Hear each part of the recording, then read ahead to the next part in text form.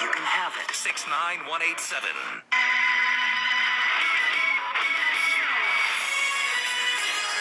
SportsCenter All Night continues with Jay Reynolds. SportsCenter All Night, taking you to Keyshawn, Jay, Will, and Max, starting at 6 o'clock Eastern Time. Lamar Jackson was not happy about it. Oh, he was not happy about He retweeted a fan tweeting, "What the bro?" A lot of bleeps here. A lot of bleeps.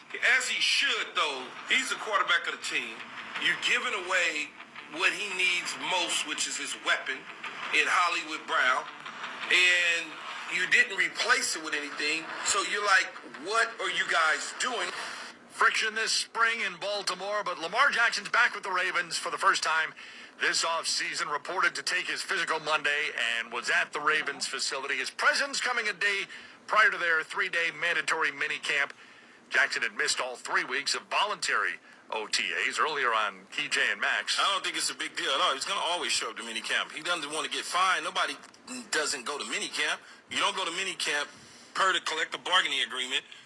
You will get fined, and I think the maximum is like $88,000. No one's trying to just give a team $88,000. Missed the 3 weeks of voluntary activities for the first time in his 5-year career, but is now in camp. ESPN's analyst Marcus Spears. He should be there from the standpoint of Lamar's leadership, and I don't think this is not something that I know that this is a bad relationship between the organization and Lamar.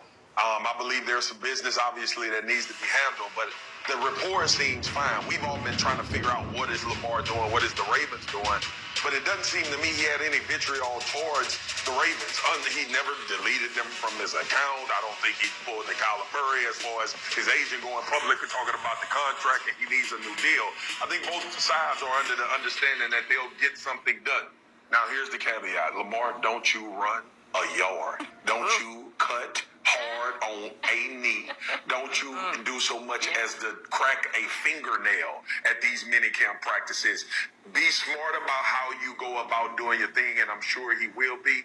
And Babyface said a little something that I want to talk about. Babyface, I would love to make a little bit more than $23 million, but I ain't Lamar Jackson and ain't comparing that to $50 million. When Jackson takes the field, he'll throw to one of the youngest wide receiver groups in the NFL. None of the 12 wide receivers on the roster are older than 25. None has played more than 2 seasons in the NFL. SportsCenter All Night, ESPN Radio. Lamar Jackson's in Baltimore. Phil Mickelson is in Boston.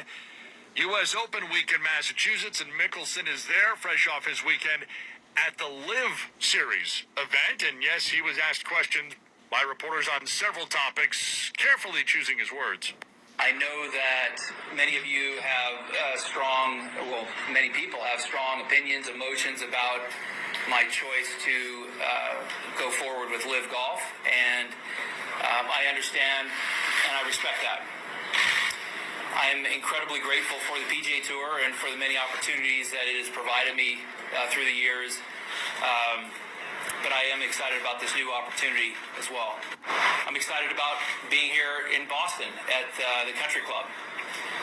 It's one of the 5 founding members of this of the USGA. It's got incredible rich history going back to Francis we met. It has provided me one of the most memorable moments of my career, the '99 Ryder Cup and the comeback that we had. And the fans here are some of the best in the world, and they provide an atmosphere that is second to none for all sports, and golf is fortunate to be back, and I'm excited to be back here and participate in this incredible championship that has eluded me for my whole career.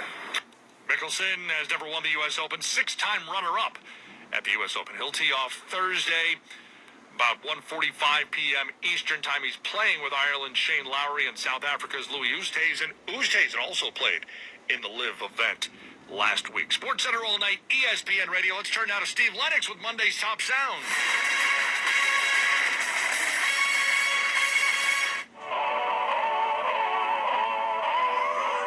Number 4. Jay, Orioles and Blue Jays in Toronto Monday night. Vlad Jr. destroyed a baseball in the 8th inning, and the Jays thumped the O's. The call from Sportsnet 590, The Fan.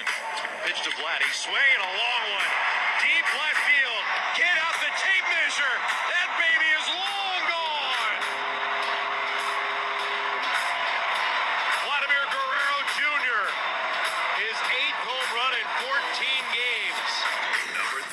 sticking with baseball, Phillies home against the Marlins, and Rhys Hoskins played the role of hero as the Phillies walked it off in the bottom of the ninth inning.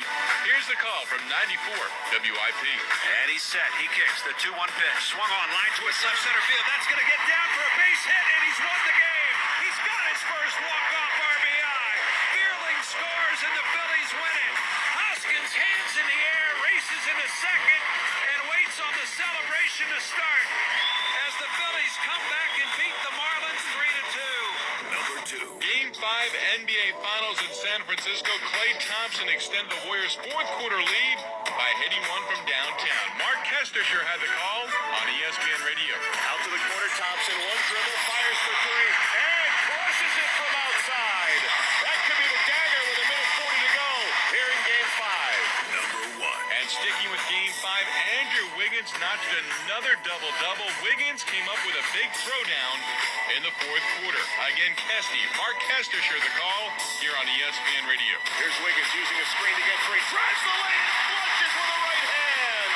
26 for Andrew Wiggins in Game 5. Wiggins with 26 points. Steph Curry had 16, and one thing they had in common, neither hit a three-pointer. Steph goes 0 for 9 from distance, first time in 233 straight games. He's not drained a three. What's it mean for Game 6? ESPN's Malika Andrews. Draymond Green said, look, he is going to be livid going into Game 6. Steph Curry doesn't walk away from a performance like this lightly thinking, oh, it's all gravy, it's going to be good, we'll figure it out. He is going to want to revenge that performance, avenge that performance. And so Draymond Green said he's going to be livid. Steph Curry could be on a mission. Celtics are facing a must-win. Here's our Stephen A. Smith. They're in a tight spot right now because Golden State shows up in Game 6 Thursday night playing with house money, knowing they've got a Game 7 back here as a worst-case scenario. That's a dangerous, dangerous position for Boston to be in. Game 6 Thursday in Boston. See it on ABC. Hear it on ESPN Radio. It's Tuesday, June 14th, Flag Day. What do the Warriors need to close out the series in Boston? Two-time NBA champion Quinn Cook will be here this morning, 7:30 Eastern with Key, Jay, and Max. They're next. I'm Jay Reynolds. It's ESPN Radio. Coming up next, Keyshawn, J. Will, and Max on ESPN Radio and ESPN2. Right now, there are a percentage of cake